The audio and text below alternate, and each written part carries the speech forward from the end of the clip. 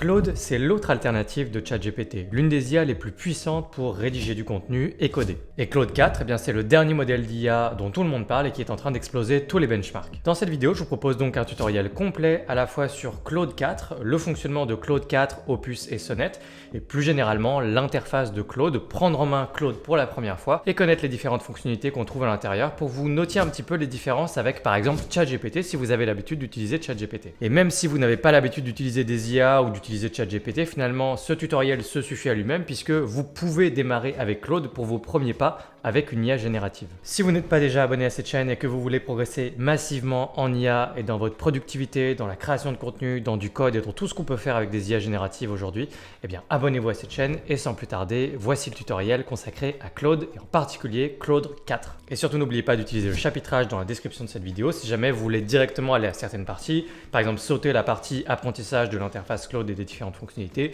pour aller directement sur les comparaisons entre Claude 3.7, Claude 4 et GPT-4o. On fait des comparaisons comme ça, vous trouverez tout ça dans le chapitrage et si vous voulez aller directement à ces parties-là, vous pouvez le faire. Nous voilà donc dans l'interface de Claude. Donc vous arriverez ici, vous aurez une interface qui peut être légèrement différente si jamais vous n'êtes pas en mode nuit, en thème nuit, ça dépend de votre navigateur. Et puis vous n'avez pas toutes ces conversations que moi j'ai évidemment préparées pour l'occasion, pour le tutoriel. Donc je pars du principe que vous avez un tant soit peu d'expérience avec les IA et ces interfaces de chat de manière générale. Donc je vais aller un petit peu plus vite. Sachez que si jamais vous voulez vraiment partir de zéro, n'hésitez pas à suivre ma formation ChatGPT qui est encore plus complète et qui approfondit encore plus le sujet.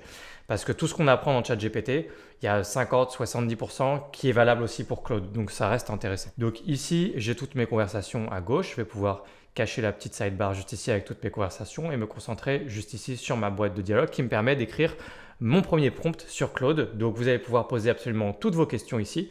Il y a des exemples juste ici, vous pouvez écrire du contenu, vous pouvez apprendre des choses, écrire un programme pédagogique, des articles académiques, poser des questions de recherche. Claude va être capable de faire de la recherche, vraiment recherche web, donc aller chercher des articles de blog, etc. Coder des choses, tout ça c'est pas très important, c'est juste des raccourcis, mais ça vous permet de visualiser tout ce que vous pouvez faire avec Claude. Et puis des petites astuces de la vie quotidienne que vous avez juste ici. Et là on a connecté les applications, ça on n'en parlera pas trop, mais vous pouvez connecter des applications pour interagir avec elles. Si ça vous intéresse, je pourrais en parler plus tard dans un autre tutoriel. Et puis le modèle par défaut avec lequel on va interagir, c'est donc Claude Sonnet 4. Et donc ça veut dire que là, vous pouvez poser des questions de code, de vie quotidienne, d'apprendre quelque chose, de rédiger du contenu, peu importe. Et ça va utiliser ce modèle d'IA là.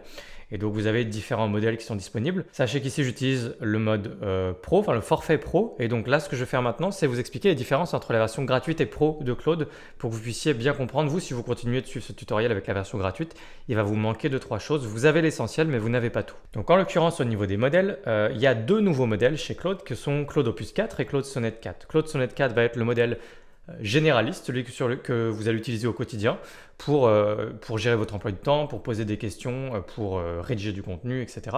Et puis Claude Opus 4 qui va être le grand modèle vraiment lourd de raisonnement, qui va être plus pour du code, pour du raisonnement, pour de la logique, des choses comme ça. Donc Opus 4 est uniquement disponible dans la version Pro. Donc si maintenant je vais sur l'interface gratuite, outre le fait que là je suis plus en mode nuit, mais c'est parce que j'ai changé de session navigateur, donc vous pouvez basculer de l'un à l'autre sans problème, vous allez dans les paramètres en bas à gauche. On voit que ici, Opus 4 n'est pas disponible, j'ai le petit badge Pro. De même, les anciens modèles, Sonnet 3.7, Opus 3, Haiku 3.5, tout ça n'est pas disponible dans la version gratuite. Donc en version gratuite, j'ai uniquement Claude Sonnet 4. Les anciens modèles, vous n'avez pas forcément l'utilité, enfin c'est pas grave si vous n'y avez pas accès. Par contre, Opus 4, évidemment, là c'est intéressant. Et donc dans tous les cas, le modèle que vous allez utiliser le plus souvent au quotidien, c'est celui que vous avez en version gratuite. Également, pour terminer juste sur la différence gratuit et pro, on a ici dans les outils, donc les styles, tout ça c'est disponible en gratuit et pro. Et on a la recherche web qui est là, il y a d'autres fonctionnalités en version pro. Si je retourne sur la première interface et que je clique ici, on voit qu'il y a des petites choses qui changent, mais en version gratuite, c'est aussi possible de connecter des choses. Là, c'est ça que je cherchais, la réflexion approfondie. Donc ça, on en parle en fin de tutoriel, qui est disponible en version pro. Et puis là, si je rouvre la sidebar, on a également les projets qui sont disponibles en version pro, qui sont des sortes de grands conteneurs, de grands dossiers qu'on pourrait qualifier d'assistants ou de super assistants que vous allez pouvoir créer pour vos différents projets. C'est très pratique, très utile d'avoir une fonctionnalité de cette nature-là, que ce soit dans Claude, ChatGPT ou ailleurs, mais de prendre en main ce type de fonctionnalité. Et donc les projets, c'est réservé au plan, au forfait pro. Je vous en ferai la démonstration tout à l'heure. Si jamais vous vous posez la question de quelle est la meilleure IA pour quel usage, on a créé ce guide qui se trouve directement sur comi.ai, qui est notre propre application IA, qui est une application dans laquelle on réunit Claude, ChatGPT, Perplexity, Grok, etc. Tout ça dans une seule unique interface et plein d'autres fonctionnalités. N'hésitez pas à aller jeter un œil. Et donc on a fait cette page, guide pour choisir les meilleures IA. Et en fonction des compétences, donc nous on va mettre à jour ce guide régulièrement. Je vous en parle maintenant parce que ça peut être utile pour vous de garder cette page dans un coin, par exemple dans vos favoris. Et on a nos propres tests, issus de nos propres tests et de notre expérience. On va au fil du temps mettre à jour en permanence cette page, ce guide, et avec les différents usages, le dev, la conversation en général pour discuter, l'analyse de données, synthèse d'infos, Perplexity, assistance à la rédaction. Là, il est un petit peu challengé. Il est possible qu'on bascule de GPT-4o à Claude Sonnet 4 selon nos tests. Vous verrez bien au moment où vous irez sur ce guide. Mais dans tous les cas, on met ce guide en permanence à jour. Et si vous vous posez la question, c'est super pratique d'avoir une page qui vous permet de tout de suite savoir quel est le meilleur modèle en fonction de ce que vous voulez faire avec. Le lien se trouve évidemment donc dans la description et dans notre SaaS Comi, on a en fait un mode auto qui sélectionne automatiquement en fonction de votre prompt le meilleur modèle. Donc si jamais vous posez une question sur de l'actualité récente, si vous posez une question de synthèse d'information, si vous voulez rédiger du contenu, un article de blog, etc., eh bien notre mode auto va automatiquement sélectionner le bon modèle, que ce soit Claude, GPT ou un autre. Vous allez voir que c'est très très pratique. Foncez, vous avez un essai gratuit si vous voulez, c'est sur comi.ai. De retour dans Claude, donc on va faire notre premier prompt pour découvrir l'application. Donc là par exemple, comment faire une tarte aux fraises, c'est juste pour voir un petit peu comment ça se passe. Donc je pose mon prompt, ils ont une petite animation très sympa avec le logo Claude de chez Anthropic. Anthropic qui est l'entreprise derrière Claude, et Claude étant l'interface qu'on a ici, le produit en soi. Et ensuite, il y a différents modèles à l'intérieur, Sonnet, Opus, tout ce qu'on a mentionné précédemment. Donc, j'ai mon résultat juste ici qui va automatiquement apparaître là. Et ensuite, je peux faire un certain nombre de choses avec le chat. Il y a des petites fonctionnalités qu'on ne trouve pas forcément dans ChatGPT qui sont très utiles. Par exemple, ajouter aux favoris va basculer automatiquement une conversation juste au-dessus. Et donc, ça permet d'épingler des conversations et de les retrouver plus rapidement, plus facilement. Et là, je peux le retirer à nouveau. Et puis, vous pouvez supprimer ou renommer une conversation à partir de là. Et vous retrouvez ensuite l'historique de toutes vos conversations. Donc là, j'avais fait mes premiers tests ici. Je demandais une tarte au citron, les différences entre ChatGPT et Claude, etc. etc. Mon etc. sous-entend qu'on ne va pas forcément rentrer en profondeur dans les 1001 questions qu'on peut poser à une IA générative en 2025. Vous pouvez faire ça de votre côté, faire des tests, ou tout simplement regarder ma formation complète sur ChatGPT, parce que sinon je vais redire les mêmes choses, à savoir que vous pouvez vraiment utiliser à la fois sur le plan perso et pro Claude et faire des merveilles avec. On peut faire énormément de choses. Vous n'avez pas idée de tout ce qu'on peut faire. N'hésitez pas à regarder le début de la formation de ChatGPT, vous trouverez la formation dans la description et vous aurez plein d'idées. Il y en a une quinzaine, il me semble, de prompts que vous pouvez taper dans Claude en l'occurrence. Voyons voir maintenant la différence entre Claude Sonnet 3.7 et 4. Donc 4, c'est la version sortie ces derniers jours et 3.7, c'était la version précédente, la plus performante, celle que tout le monde utilisait. J'ai donc fait un prompt qu'on a juste ici pour avoir un coach de remise en forme. Donc là, le prompt, c'est « Je suis en surpoids, je veux me remettre en forme », je lui donne quelques informations, taille, poids, etc. Mon objectif, ce que je veux faire. Et donc, je lui demande « Es-tu prêt à me guider en termes de planification, mais aussi de diète ?» Il faut qu'on définisse une stratégie ensemble, plan d'entraînement, fréquence, ainsi de suite. J'ai fait ce même prompt pour 3.7 et 4 afin de cerner un petit peu les nuances, les différences entre les deux modèles. Et voilà le résultat. Ici, on a d'abord le résultat côté Sonnet 3.7, un résultat qui est, ma foi, tout à fait honorable, avec une stratégie globale, objectif, combinaison, nanana. N'hésitez pas à faire pause si vous voulez lire en détail, mais globalement, il nous fait un petit peu déjà un plan d'action. À savoir, là, il me propose déjà une fréquence, 4-5 entraînements par semaine, 2-3 cardio, 2 muscu, etc. Un programme d'entraînement dispatché en fonction des jours de la semaine, recommandations alimentaires, suivi, et comme d'habitude, une petite relance avec une question, une ou plusieurs questions à la fin pour orienter un petit peu le fil de la discussion et affiner le plan d'entraînement en fonction de mon profil et de mes attentes. Maintenant, la même question avec Sonnet 4.0, ça donne quoi ? Eh bien, on va aller sur, juste ici, coach sportif Sonnet 4.0. J'ai posé littéralement le même prompt. Et juste ici, eh bien, on voit que le comportement est complètement différent. C'est-à-dire qu'ici, on a d'abord un parfait, je vais t'accompagner, blablabla, avant de créer ton plan personnalisé. Ce que Sonnet 3.7 s'est quasiment empressé de faire, même s'il m'a relancé à la fin pour essayer d'orienter la discussion, comme on disait. Là, il ne se jette pas directement sur la création du programme, de lui-même, il me demande, basé sur mon niveau actuel, quelle est ma condition physique actuelle? Est-ce que je fais déjà du sport occasionnellement? Est-ce que j'ai des blessures, des limitations physiques? Il est très intelligent dans ces questions. Combien de fois par semaine est-ce que je peux m'entraîner de manière réaliste? Des questions sur mon mode de vie, mon emploi du temps, est-ce que je suis dispo, pas dispo, quand, où est-ce que je préfère m'entraîner, salle de sport, maison, est-ce que j'ai du matériel, comment décrire mes habitudes alimentaires, etc., etc. En clair, vous voyez que Sonnet 4.0 est bien plus intelligent dans la manière de raisonner et d'accéder à ma requête, c'est-à-dire de préparer un plan d'entraînement. Il fait un vrai rôle de coach sportif en me posant tout un tas de questions directement avant de créer ou de faire quoi que ce soit. Je me suis alors posé la question, est-ce qu'il s'agit d'un vrai comportement émergent du modèle 4.0 ou est-ce qu'il s'agit tout simplement d'un système prompt qui est différent? Un système prompt, c'est quoi? C'est que sous le capot, Claude, que ce soit ChatGPT, Claude et tous les autres, ils ont toujours une espèce de master prompt dans lequel ils orientent la manière de nous répondre. En fait, si vous utilisez ChatGPT ou Claude par API, vous aurez des réponses qui auront l'air beaucoup plus ennuyeuses, beaucoup plus simples que ce qu'on obtient directement de prime abord dans Claude ou ChatGPT. Pourquoi? Parce qu'il y a ce fameux master prompt qui se trouve sous le capot et qui oriente complètement la manière de répondre pour créer un produit qui est plus sympathique, plus agréable, qui offre une meilleure expérience utilisateur, etc., etc. Donc, par exemple, dans ChatGPT, c'est très fréquent maintenant d'avoir des emojis ou encore à la fin des prompts, enfin des réponses de Claude ou ChatGPT, il y a souvent des questions. Il nous relance, il nous dit « Est-ce que vous voulez que… nanana ?»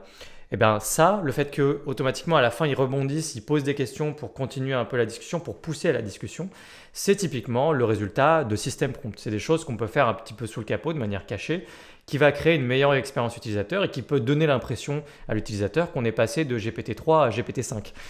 Mais en fait, ça a créé cet effet-là simplement par les prompts qu'on met sous le capot, donc ce que j'appelle les systèmes prompts. Et je me suis dit que c'était sûrement un système prompt différent où les choses étaient faites différemment sur cette version 4 par rapport à 3.7.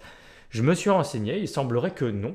Il semblerait que ce soit un vrai comportement émergent de Claude Sonnet 4.0. En clair, une véritable intelligence supérieure, inhérente au nouveau modèle que nous propose Claude. Et si c'est le cas, je trouve qu'il a une capacité à raisonner qui est beaucoup plus intelligente, qui est beaucoup plus structurée. Et c'est assez impressionnant, je trouve. Vous voyez bien qu'en fait, le raisonnement et ce qui se passe entre 3.7 et 4 n'a rien à voir sur la rédaction d'un programme sportif. C'est un bien meilleur coach sportif sur la version 4 que sur la version 3.7. Donc le résultat est vraiment bluffant. Claude a d'ailleurs une particularité que n'ont pas forcément ses concurrents qui s'appelle du raisonnement hybride, c'est-à-dire qu'il est capable de passer tout seul d'un mode de raisonnement à un mode normal, généraliste. Les modes de raisonnement étant quand on voit une IA raisonner et qui dit, par exemple, il y a écrit sur l'interface Claude est en train de réfléchir. Et ensuite, vous voyez une réflexion étape 1, étape 2, étape 3.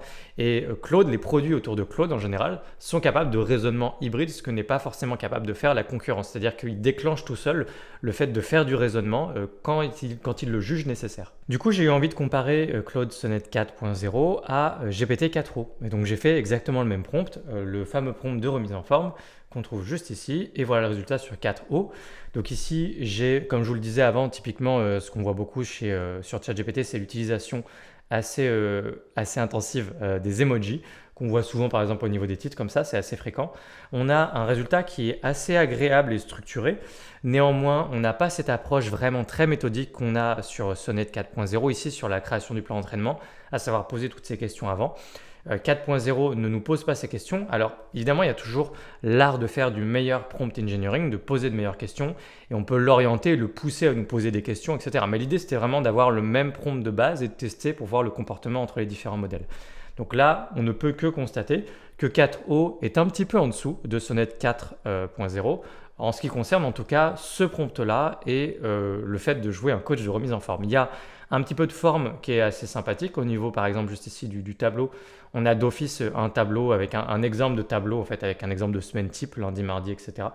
C'est pas mal et donc on n'a pas ça sur Sonnet mais en l'occurrence vraiment si je juge le résultat final et le fait de me coacher sportivement, je préfère vraiment le comportement de Sonnet ici. Du coup j'ai poussé un petit peu, je lui ai demandé, j'ai répondu à ces questions juste ici pour voir un petit peu comment ça se passait ensuite. Et donc là, ensuite, il commence à me donner une stratégie, il commence à me donner un plan d'entraînement basé sur mes réponses. et côté nutrition, etc. Et là ensuite il joue le jeu, évidemment comme d'habitude, de relancer un peu la conversation, de préciser les choses.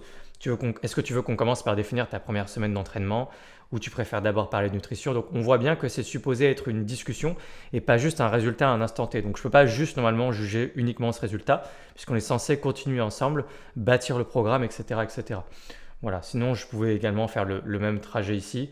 Je veux seulement 3 entraînements par semaine. J'ai continué à lui poser des questions et je lui ai demandé de me générer des tableaux, etc. Donc là, on voit qu'il commence à me générer un programme lundi, mercredi, vendredi, avec ensuite le détail des séances, ainsi de suite. Sonnet 4.0 est clairement en termes de méthode sur l'exemple qu'on a vu, au-dessus de GPT-4o, de Sonnet 3.7. Maintenant, qu'en est-il de l'autre nouveau modèle, Opus 4.0? On va faire un test tout de suite avec du code. J'ai donc posé ce prompt-là et on va créer un casse-brique ensemble, ou Brick Blaster en anglais.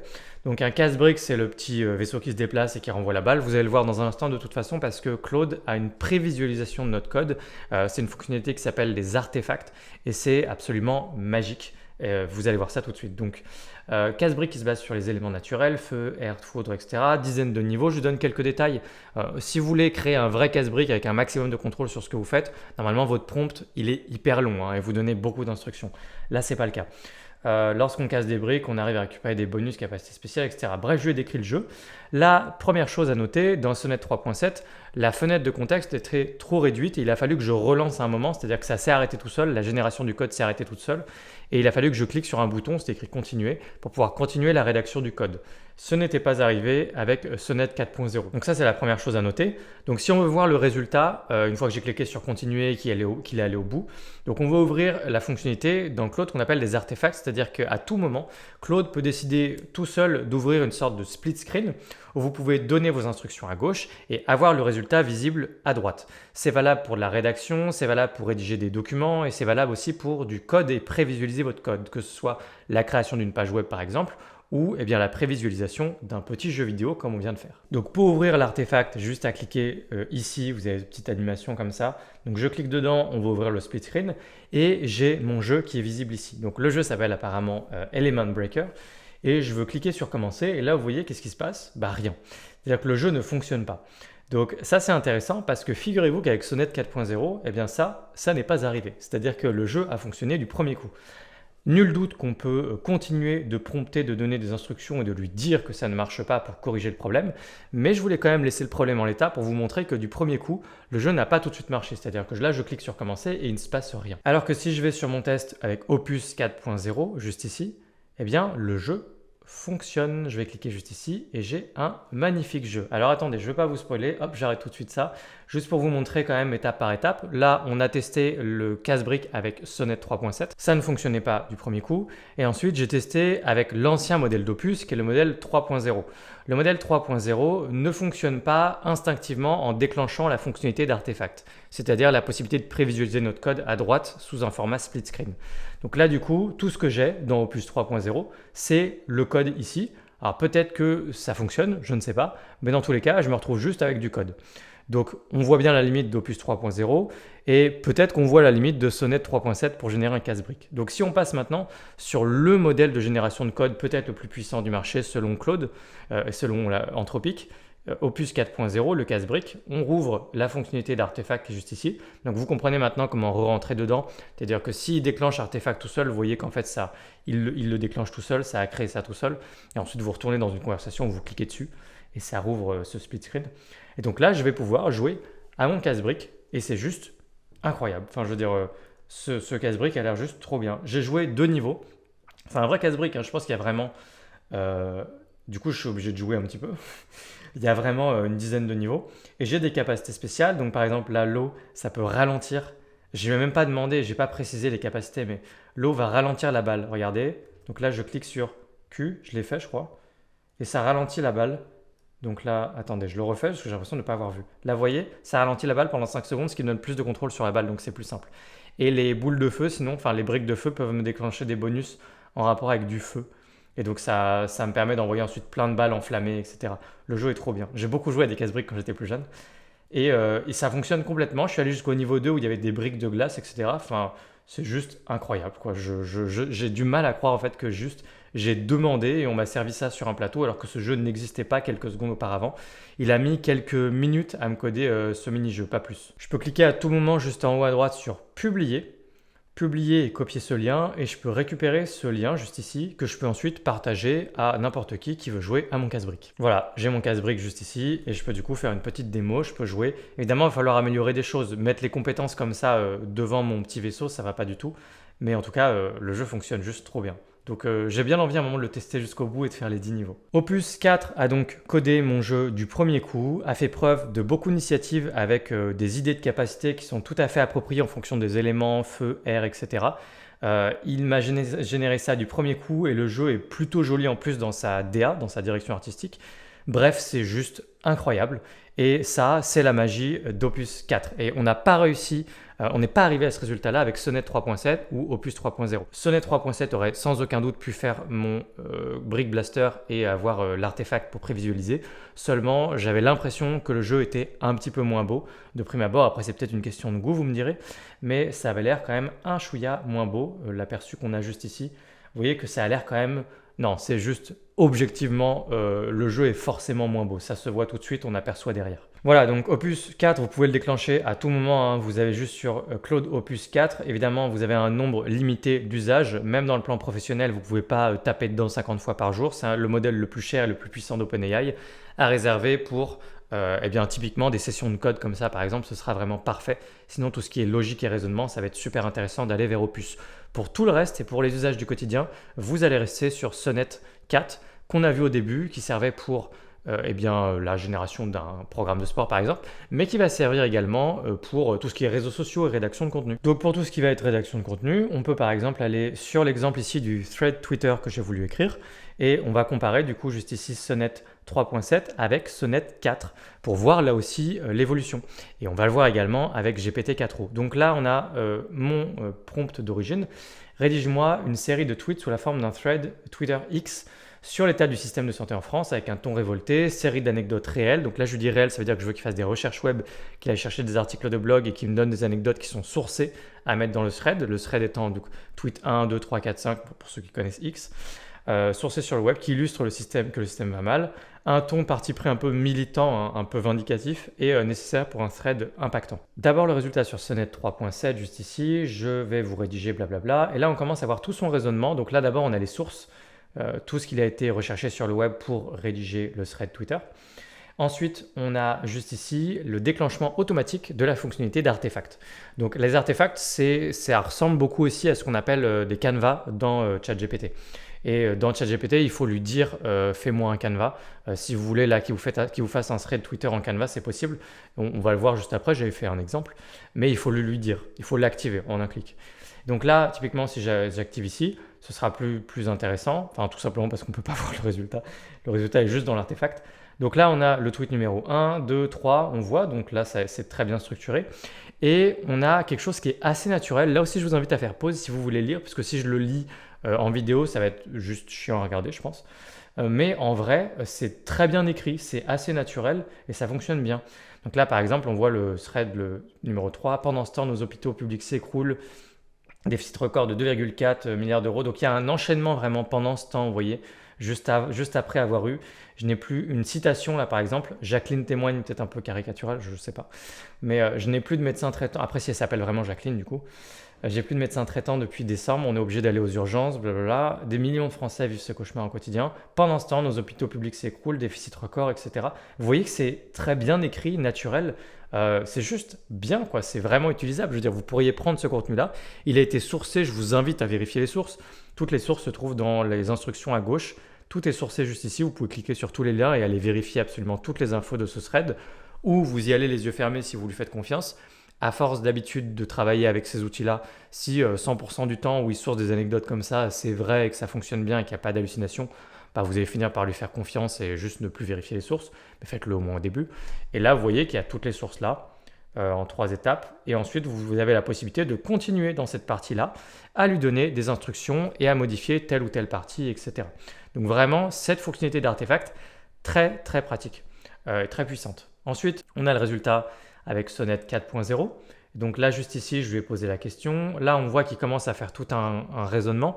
Et là, on voit qu'il est un peu plus il va plus loin dans le raisonnement et dans l'analyse de ce qui se passe. Donc là, il dit je vais chercher des informations récentes. Là, il commence à chercher un certain nombre de sources. Après, il nous dit maintenant je vais chercher des anecdotes plus spécifiques et récentes sur le fonctionnement du système de santé français. Là, un ensemble de premiers résultats, un deuxième ensemble de résultats, un troisième ensemble de résultats ici.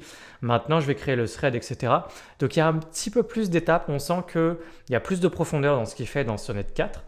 Et ensuite, on a à nouveau les points clés traités avec le sourcing des informations et l'artefact ici avec le thread. À voir à quel point vous voulez utiliser des emojis. Il a été beaucoup plus créatif sur les emojis. C'est quelque chose qui ne vous intéresse pas, vous pouvez le lui dire dans les instructions. Pas d'emoji, pas de titre, ce genre de choses est possible. Puis je suis pas sûr de maîtriser tous les codes de Twitter, s'il faut mettre des titres ou pas dans un thread, je ne sais plus trop. Vous me direz en commentaire, mais dans tous les cas, on a quelque chose qui fonctionne là aussi très très bien. Et vous voyez qu'il y a beaucoup plus d'efforts faits sur la forme. Donc j'ai envie de vous dire, Claude Sonnet 4, en l'état, ce qu'on voit, eh bien, ça a l'air d'aller un petit peu plus loin. Donc c'est quand même intéressant. Et de toute façon, vous avez toujours un contrôle sur la forme. Vous pouvez toujours lui dire fais ci, fais pas ça, etc. Mais vraiment un bon résultat avec une mise en forme. Regardez, on voit mieux tweet 5 sur 12, tweet 6 sur 12, etc. C'est un petit peu plus clair. Il y a une belle mise en forme. Il y a les emojis. On sent que ça va un petit peu plus loin. Donc on sent peut-être un soupçon d'intelligence en plus ou en tout cas des instructions innées du modèle qui sont quand même fondamentalement un peu différentes. On voit qu'il fait vraiment plus d'efforts. Ça me fait en fait davantage penser à ChatGPT de ce point de vue-là, Sonnet 4. J'ai fait un test du coup sur GPT-4o et je suis obligé de constater que GPT-4o est pourtant très fort sur beaucoup de choses, mais là en ce qui concerne ce prompt-là en particulier, le test que j'ai fait, le thread est juste moins bien que Sonnet. Donc très clairement, si jamais vous voulez rédiger des threads Twitter, utilisez Sonnet 3.7 ou 4 et idéalement peut-être rester sur 4 tout simplement. N'oubliez pas qu'ensuite vous pouvez avoir une discussion avec lui et améliorer le résultat au fur et à mesure. Mais là regardez, on a quelque chose qui est un peu plus saccadé. C'est peut-être le côté un petit peu volontairement un peu exagéré, un peu humain, impactant, où il dit voilà, non, je vois à quoi ça pourrait ressembler sur Twitter, mais je suis pas super convaincu. C'est pas mal, hein, évidemment, c'est pas mal. Mais entre pas mal et vraiment bien sur ce que j'ai vu sur Sonnet 3.7, c'est notamment ce qui m'a le plus convaincu. Moi personnellement, du coup, je n'utiliserai pas GPT-4o. Donc le grand vainqueur pour moi, ça reste Claude et probablement Claude 4.0, mais à vous de regarder dans le détail vraiment ce qui vous plaît le plus en termes de style, en termes surtout de comportement émergent, c'est-à-dire par défaut, avec le moins d'efforts possible, eh bien, quel est le meilleur résultat pour vous? Faites vos propres tests parce qu'il n'y a pas une très grande différence entre les deux modèles sur la qualité du résultat parce qu'en même temps, il s'agit juste d'un thread Twitter finalement. Mais gardez à l'esprit qu'il ne s'agit pas toujours juste de faire un coup de baguette magique et d'avoir directement le résultat. Enfin, il s'agit aussi de faire des efforts sur le prompt que vous allez faire à l'origine et de mieux contrôler le résultat qui va être produit. Et que ce soit avec 3.7 ou 4, vous allez faire bien mieux que de faire juste généralement un thread Twitter sur l'état du système de santé français. Il faut aller un petit peu plus loin et vous aurez de bien meilleurs résultats. C'était valable avec 3.7, c'est toujours valable avec la version 4. Puisqu'on en parle, lorsqu'il s'agit de faire des prompts parfaits sur Claude, on a ici un outil qui est très puissant, qui est Claude, mais il va falloir vous former sur faire de meilleurs prompts, savoir donner du contexte, un rôle, quand passer du français à l'anglais, avoir 2-3 techniques en tête, le chaînage de prompts, etc. Tout ça, il faut que vous l'ayez en tête si jamais vous voulez vraiment progresser massivement sur les outils type Claude ou ChatGPT. Et donc, je vous forme à ça sur la vidéo précédente de ma chaîne YouTube. C'est-à-dire que la vidéo vraiment juste avant celle-ci, c'est une vidéo spécifiquement sur comment faire des prompts parfaits. C'est dans ChatGPT que je vous montre ça, c'est exactement la même chose dans Claude. Donc ne faites pas gaffe à l'interface, que vous vouliez vous former pour Claude, ChatGPT, DeepSeek ou un autre, Gemini et j'en passe. Regardez cette vidéo-là et vous pourrez vraiment aller plus loin dans vos prompts, vous aurez de bien meilleurs résultats et c'est valable pour Claude 4. La vidéo apparaît juste à l'écran. Qu'en est-il de la recherche web sur Claude? Eh bien là, ça pêche un petit peu. On s'en est rendu compte, nous, en bossant et en intégrant Claude dans notre SaaS Commis. En fait, souvent, il est un petit peu à côté de la plaque. Et donc, si jamais vous voulez faire de la recherche web sur de l'actualité récente, typiquement avoir les résultats d'un match sportif, ce genre de choses, eh bien, n'utilisez tout simplement pas Claude parce que ce n'est pas la meilleure IA sur le marché aujourd'hui pour ça. Donc, regardez, j'ai fait un test tout simple. Ça ne veut pas dire que la recherche web ne fonctionne pas. Vous voyez bien qu'il source des informations et que la recherche web fonctionne. On en a vu des exemples avant. Mais là, en l'occurrence, je lui ai demandé donc, quel est le résultat du dernier match de Benoît Saint-Denis, un combattant de MMA. Et là, il me remonte à septembre 2024. Ça ne va pas du tout puisqu'il y avait un match il y a littéralement quelques semaines. S'il était suffisamment intelligent, il aurait tout simplement sourcé les informations d'il y a quelques semaines. Il n'a pas été en mesure de le faire. J'ai posé la même question à GPT-4o recherche web branchée et il m'a trouvé du coup le dernier combat le 10 mai 2025, il m'a donné le résultat, etc. Bref, ChatGPT fonctionne beaucoup mieux pour la recherche web et j'imagine Perplexity aussi. Par contre, Claude, pour sourcer des informations pour de la documentation et tout, ok, allez-y. Mais pour de l'actualité, par exemple pour demander la météo ou les résultats d'un match de foot, n'utilisez pas Claude. Ou en tout cas, méfiez-vous, il est possible que les informations ne soient pas assez récentes. Et donc si jamais vous voulez utiliser la recherche dans Claude, vous avez juste à vous assurer que la recherche web juste ici est activée. Si on fait un détour rapidement par le multimodal, Claude fonctionne assez bien avec les PDF, les images. Et quand je dis assez bien, ça veut dire très bien. Ça veut dire que vous pouvez uploader des images, il va reconnaître ce qu'il y a dans l'image, vous pourrez en discuter avec lui par rapport à ça. Pareil pour un PDF, vous pouvez uploader un PDF, lui demander ce qu'il y a dans le PDF, vous guider pour remplir des documents. Il peut également vous exporter des PDF. Bref, il peut faire pas mal de choses. Donc pour faire du multimodal en général avec PDF, image, vous cliquez sur plus, vous allez téléverser un fichier tout simplement. Vous pouvez aussi simplement glisser-déposer un fichier ou une image directement ici. Et ensuite au niveau des résultats, bien là par exemple je lui ai uploadé cette magnifique photo d'hippopotame. Je lui ai demandé que vois-tu dans cette photo et il a bien reconnu qu'il s'agissait d'hippopotame. Il me l'a formulé bizarrement au début, je vois une scène fascinante de hippopotame. Voilà, mais sinon il a très bien reconnu ce qu'il y avait dans la scène. Et puis j'ai fait la même chose avec un PDF. Donc je lui ai uploadé un PDF, je lui ai demandé à quoi sert ce document, je lui ai demandé ce que c'était. C'est un document Cerfa, vous voyez, il y a des petites animations comme ça, un peu swag. Ça leur arrive souvent de faire ça chez Claude et ça c'est un petit détail que j'apprécie bien. Mais très sympa la petite animation. Je peux retélécharger mon PDF à partir de là. Donc c'est un document Cerfa que j'ai été récupéré sur un site du gouvernement un petit peu au hasard. Et là, je lui ai demandé à quoi sert ce document. Il a été capable d'aller récupérer les informations de ce document, de me dire que c'est un certificat de cession d'un véhicule d'occasion, blablabla, document administratif, à quoi ça sert, il m'explique tout. Bref, il a complètement capté ce qu'il y avait dans le PDF. Ensuite, pour continuer à pousser un peu le côté multimodal, je lui ai demandé es-tu capable, je suis revenu sur la photo d'avant, je lui ai demandé es-tu capable de me décrire la vie quotidienne d'un hippopotame dans la savane. Tu me rédiges un exposé écrit à exporter ensuite au format PDF.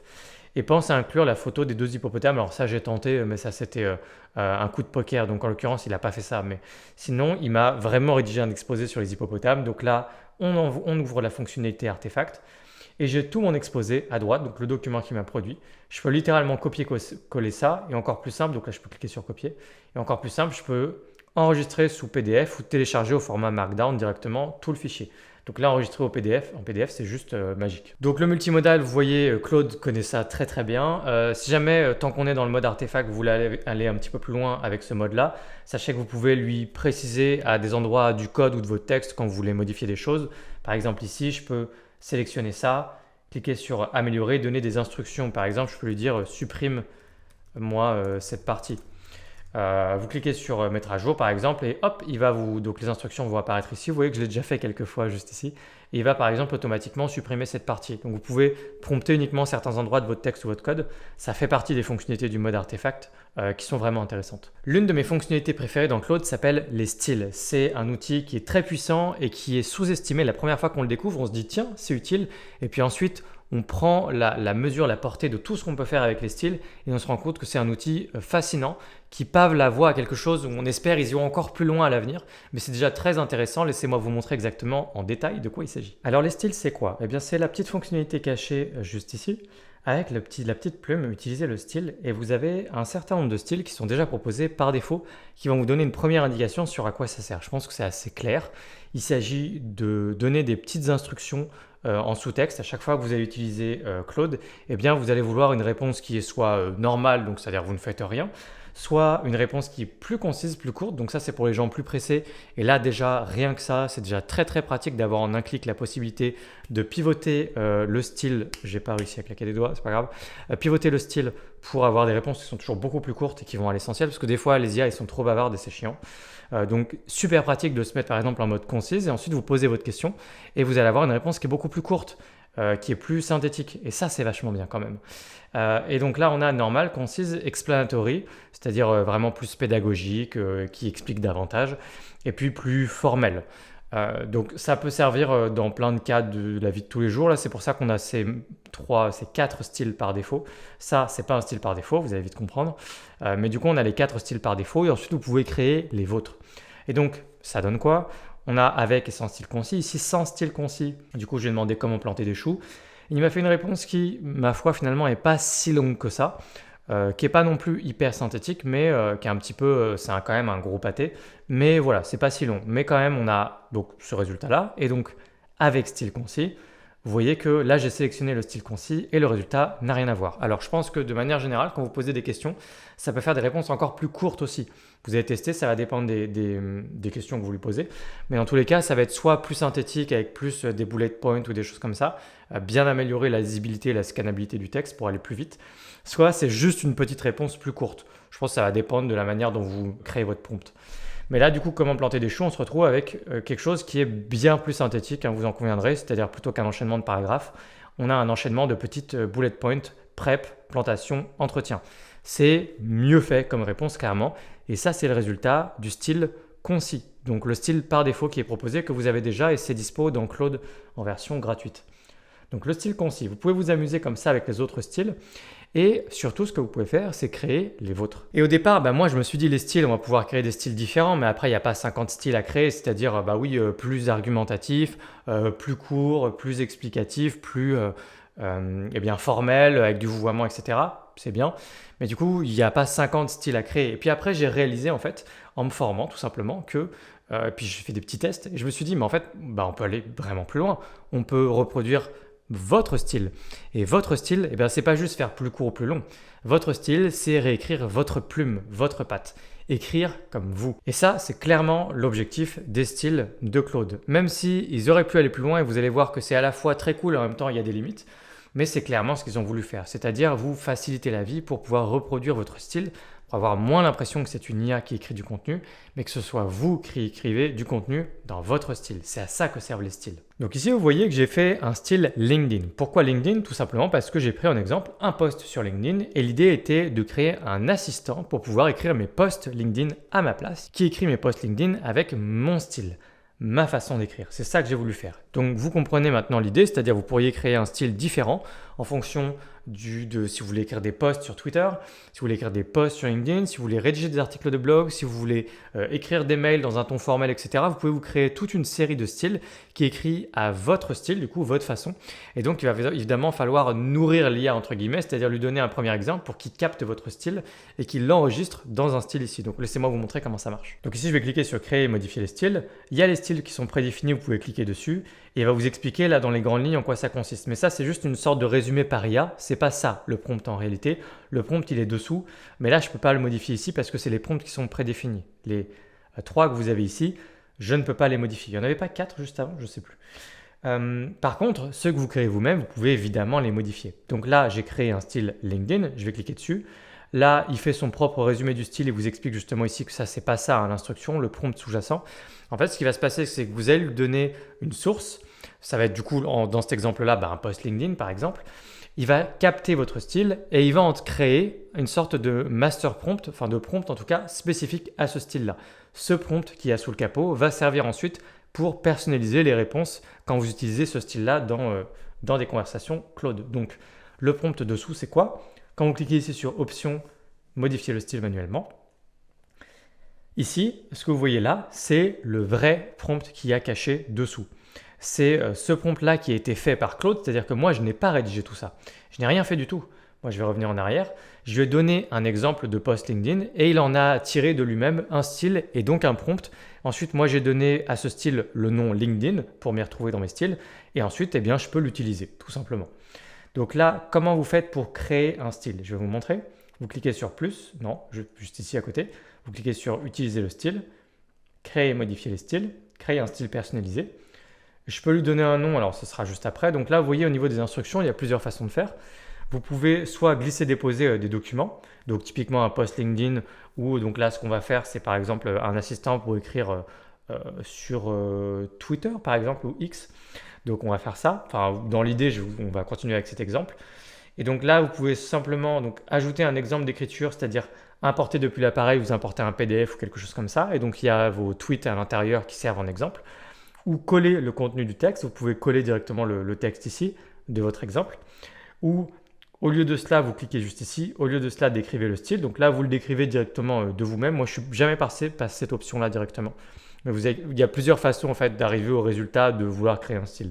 Je vous ai décrit 3 façons là du coup. Donc là normalement ce que vous auriez à faire plutôt, je vais revenir en arrière, c'est aller chercher un exemple sur votre ordinateur. Et une fois qu'on a été récupérer un tweet, donc là je suis tombé sur ce gars-là, ce tweet, donc je vais récupérer son tweet en me disant que je veux essayer de recréer le style de Richard Détente. Et du coup, évidemment, là je prends un tweet, vous pourriez aller plus loin, vous pourriez quand même prendre plusieurs exemples, tout un thread, etc. Mais je vais faire un exemple simple et à vous de pousser un petit peu plus pour avoir de meilleurs résultats de votre côté. Donc là je vais faire coller le contenu du texte par exemple, ça suffira largement.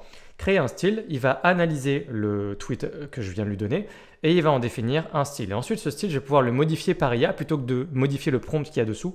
Je vais juste par IA modifier en lui disant plus comme ci, plus comme ça. Donc là, il a défini un style qu'il décrirait comme communication décontractée, perspicace, saupoudrée d'ironie, etc. Ce qui est effectivement un peu le style de ce gars-là. Et donc là, on va par exemple dire, voilà, on veut se projeter sur un article de blog marketing. C'est juste pour prévisualiser le style ici. Il va donc rédiger un petit article basé sur ce style. Et ensuite, je vais pouvoir lui dire plutôt comme ci, plutôt comme ça. Donc là, vous cliquez sur modifier avec Claude et on va dire que le résultat, ce que vous voyez ici, ce n'est pas exactement le style que vous voulez à la fin. Et bien dans ce cas, vous pouvez lui donner des instructions ici. Là, il vous donne des exemples. Par exemple, je veux effectivement faire un peu plus ironique. Je vais lui dire ça. Donc là, il va changer le style, donc changer le prompt qu'il y a dessous, changer du coup la prévisualisation pour un article de blog marketing avec ce style-là. On regarde le résultat, on voit si ça nous convient et on avance comme ça petit à petit jusqu'à avoir un résultat qui colle avec le style que vous essayez de reproduire pour pouvoir avoir un assistant qui écrit du contenu pour vous ou au moins avec vous. Une fois que c'est fait, vous cliquez juste sur enregistrer les modifications. Vous pouvez donner un nom aussi, donc je pense que c'est juste après. Voilà, juste ici. Et donc là, par exemple, je vais écrire, normalement c'est X, mais c'est trop court. X, c'est une lettre. Je vais écrire Twitter. Donc Twitter, et voilà, j'ai un style comme ça. Et donc là, encore une fois, si je fais option, modifier le style manuellement, on voit le prompt qu'il y a dessous. Vous pouvez vous amuser à prendre le temps de lire, de regarder comment c'est structuré, voire même de prendre ce prompt et de le mettre ailleurs. Vous pouvez réutiliser ensuite sur ChatGPT ou ailleurs. Et donc là, je vais revenir en arrière, annuler, revenir en arrière. Et donc là, sur LinkedIn, c'est pareil. Je peux tester en faisant modifier avec Claude. Je peux prévisualiser, par exemple, un contenu éducatif.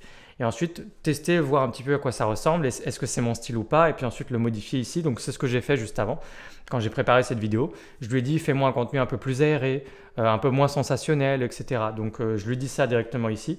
Il modifie le contenu au fur et à mesure pour que je vois. Je lui dis, fais-moi des phrases plus courtes notamment, ce genre de choses. Et à la fin, ça m'a donné un style. Ce style-là, je peux donc le réutiliser. Juste ici, utiliser le style. LinkedIn, j'ai mon style LinkedIn qui est branché et maintenant, comme j'ai même la recherche web qui est branchée, je sais qu'il va pouvoir aller rechercher sur le web pour écrire sur un sujet en particulier. Donc je vais lui demander par exemple de m'écrire. Donc là, j'ai fait un prompt qui est en rapport avec mon travail sur WordPress, qui est l'une de mes autres chaînes YouTube de mon travail. Donc là, donne 3 conseils pour améliorer les performances d'un site WordPress, compresser ses images, avoir un meilleur hébergeur, etc. J'ai branché mon style LinkedIn. Donc là, le style LinkedIn, je l'ai un peu laissé en plan. C'est-à-dire que j'aurais pu continuer de l'améliorer. Je l'ai fait pendant 10 minutes à peu près, je pense, un peu moins. Et donc on va tester ça comme ça. Et puis après, si ça ne vous va pas, vous pouvez lui rappeler, fais-moi un style encore plus proche de ce que je t'ai demandé dans le style LinkedIn, etc. N'oubliez pas, c'est une conversation de toute façon. Mais là, on a quelque chose qui ressemble à ce que je voulais, c'est-à-dire je lui avais demandé notamment dans le style de me faire 100 titres, de me faire des phrases assez courtes, de tout de suite passer à la ligne. Et là, on a quelque chose qui colle. Alors, excellent conseil pour optimiser WordPress. Votre approche touche aux 3 piliers fondamentaux de la compression d'image. Là, il y a la manière dont le truc démarre, ça va pas du tout pour un post LinkedIn. Voilà, donc après, je peux retourner dans le style. N'oubliez pas aussi, le style, c'est un style. Donc après, vous pouvez aussi avoir de meilleures instructions quand vous démarrez à chaque fois la création d'un post LinkedIn en lui disant respecte toujours telle structure, telle formule, etc. Il faut qu'on soit nous tous ensemble, il faut qu'on fasse l'effort d'être le moins stupide possible quand on utilise ces outils et faire des efforts sur les instructions. C'est comme ça qu'on a de bons résultats. Là, j'ai fait les choses un petit peu vite. Mais par contre, en termes de style, c'est totalement respecté. C'est-à-dire que si on se concentre vraiment sur le fait que c'est des instructions de style, les instructions de style sont 100% respectées ici. Voilà, donc les styles, c'est de véritables fonctionnalités en quelque sorte d'assistant ou d'aide à la rédaction ou même de reproduire complètement votre style pour écrire du contenu à votre place pour les réseaux sociaux. Enfin bref, c'est un outil qui est vraiment puissant. On aurait aimé qu'ils aillent plus loin parce que vous avez compris, l'IA mange vos sources, capte un petit peu quel est votre style et ensuite crée un prompt pour ça, mais elle ne garde pas en base de connaissances un ensemble de tweets ou de posts LinkedIn pour pouvoir ensuite réécrire selon votre style et donc vous lui donner en base de connaissances 15 ou 30 posts LinkedIn. Ça, ce serait clairement l'étape d'après, ce serait vraiment ce qu'on voudrait idéalement. Je pense que nous, on va aller dans cette direction clairement sur Komi, mais dans tous les cas, c'est quand même une bonne base et ça rend Claude encore un peu plus agréable que ChatGPT pour écrire du contenu pour les réseaux sociaux. Claude Sonnet 4.0 plus l'utilisation des styles, c'est vraiment des outils très intéressants pour les créateurs de contenu. Il reste à voir deux choses. D'abord, on va avoir la réflexion approfondie. La réflexion approfondie, c'est une réflexion qui est plus poussée. Vous allez même voir les différentes étapes, étape 1, étape 2, étape 3. C'est en quelque sorte du chaînage avec des interprompts. Il se fait lui-même, il réfléchit, il raisonne et il va vous fournir une réponse plus détaillée, plus poussée. Et donc, on peut l'activer, on peut voir le résultat. Alors, vous avez juste à cliquer sur réflexion approfondie. Et ça peut être très intéressant pour de la recherche, par exemple. Mais j'ai fait un test ici. On a d'abord ça sans recherche approfondie. Quel type de vidéo est le plus viral sur TikTok en juin 2025 ? Il y a un petit piège ici parce que juin n'existe pas au moment où je lui pose la question. Mais il essaye quand même de sourcer du coup. Ici, évidemment, il n'a rien trouvé. Ça date toujours de mai, on voit ses sources. Mais du coup, ça va, il n'est pas trop stupide. Il prend quand même mai ou avril. Et donc, il va sourcer, il fait de la recherche web normale et ensuite, il me donne ses résultats de sa recherche avec les différentes sources qu'il a utilisées sur les formats TikTok qui cartonnent le plus actuellement en 2025 sur TikTok. Et maintenant, avec la recherche approfondie, eh bien, ça donne en fait une recherche qui est plus détaillée, une génération qui est plus détaillée. On a d'abord un processus de réflexion ici qui est détaillé, qui a pris pas plus de 2 secondes. Donc là, on voit qu'il essaie de comprendre ma demande. L'utilisateur me demande quel type de vidéos sont les plus viraux, blablabla. Selon mes instructions de recherche pour des sujets qui changent rapidement, je devrais faire une recherche immédiatement. C'est clairement une question qui nécessite des données en temps réel ou très récentes. Donc là, vous voyez qu'il prend vraiment le temps de capter. Et en plus, il y a une véritable volonté de transparence de la réflexion, de ce qui se passe en fait sous le capot. Donc il réfléchit, entre guillemets. Ensuite, il dit « Je vais rechercher les tendances TikTok les plus récentes, car les types de contenu changent très rapidement sur cette plateforme. » Là, ensuite, on a les différents résultats. On a ensuite le processus de réflexion. Les résultats donnent des trucs intéressants, mais je ne trouve pas spécifiquement pour juin. Donc là, vous voyez vraiment, il est en train de capter que juin 2025, ça n'existe tout simplement pas. Et là, on voit dans son processus de réflexion qu'il le comprend. On est vraiment sur un outil qui est plus puissant, qui va plus loin sur de la recherche et de la réflexion. Donc, si vous estimez que la question que vous posez a besoin de plus de recherche et de réflexion, c'est par défaut une fonctionnalité à activer pour avoir de meilleurs résultats. Donc, n'hésitez pas à la tester. Là, si on va au bout, on voit qu'il y a 10 résultats supplémentaires, on voit toutes ces recherches, toutes ces sources. Ensuite, on continue de voir le processus de réflexion et on a le résultat à la fin. Donc vous voyez, c'est la même chose que ce qu'on a déjà un petit peu par défaut, mais ça va plus loin. Ce processus de réflexion est évidemment pas sans rappeler le modèle O3 de chez ChatGPT. Pour finir, dans Claude, dans la version Pro, dans le forfait Pro, vous avez le système de projets. Et les projets, ça va vous permettre de créer des dossiers ou même plus spécifiquement des sortes de super assistants pour vos projets. Pourquoi super assistants ? Parce qu'un dossier peut en fait avoir des instructions et même une base de connaissances qui vont complètement personnaliser la totalité des réponses que Claude va vous donner à l'intérieur de ce projet.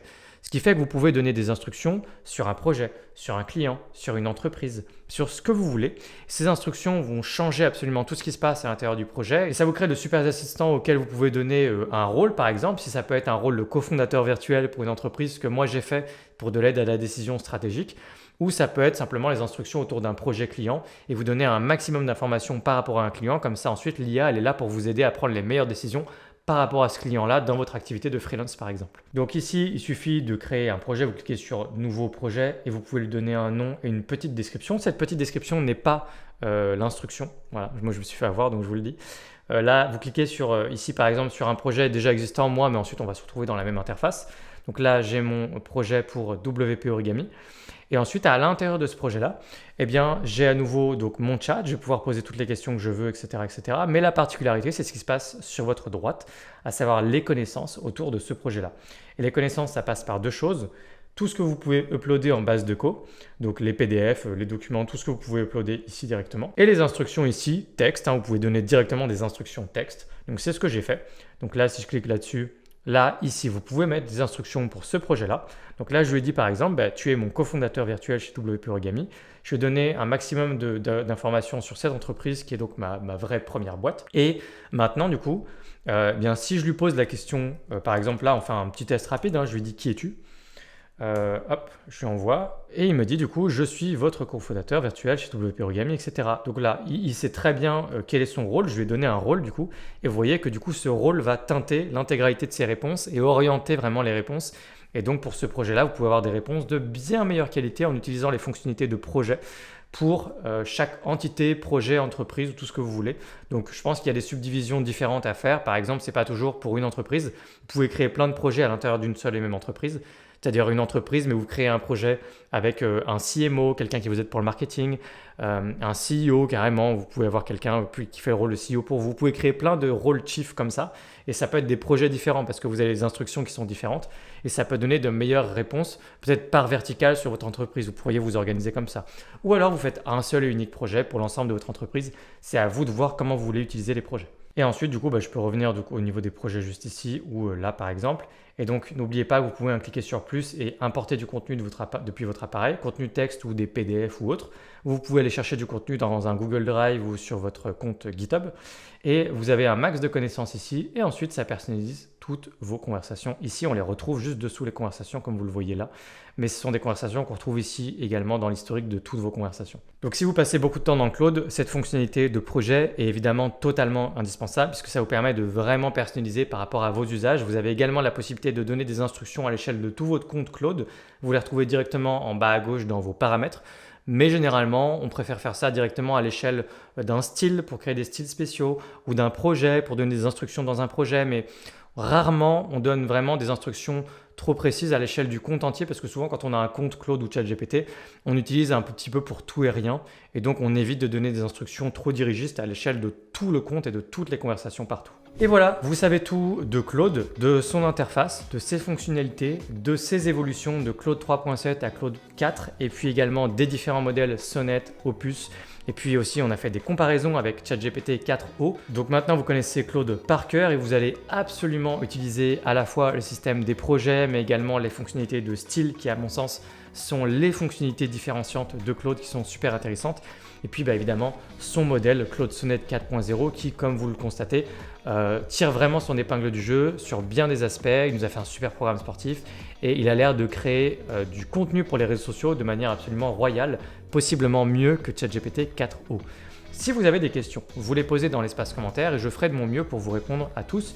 J'espère que cette vidéo vous aura été utile, j'espère que vous aurez progressé dans votre apprentissage des IA génératives, Claude, ChatGPT et j'en passe. Et n'oubliez pas que si vous voulez aller plus loin, il y a plein d'autres tutoriels et formations sur les IA du moment sur cette chaîne.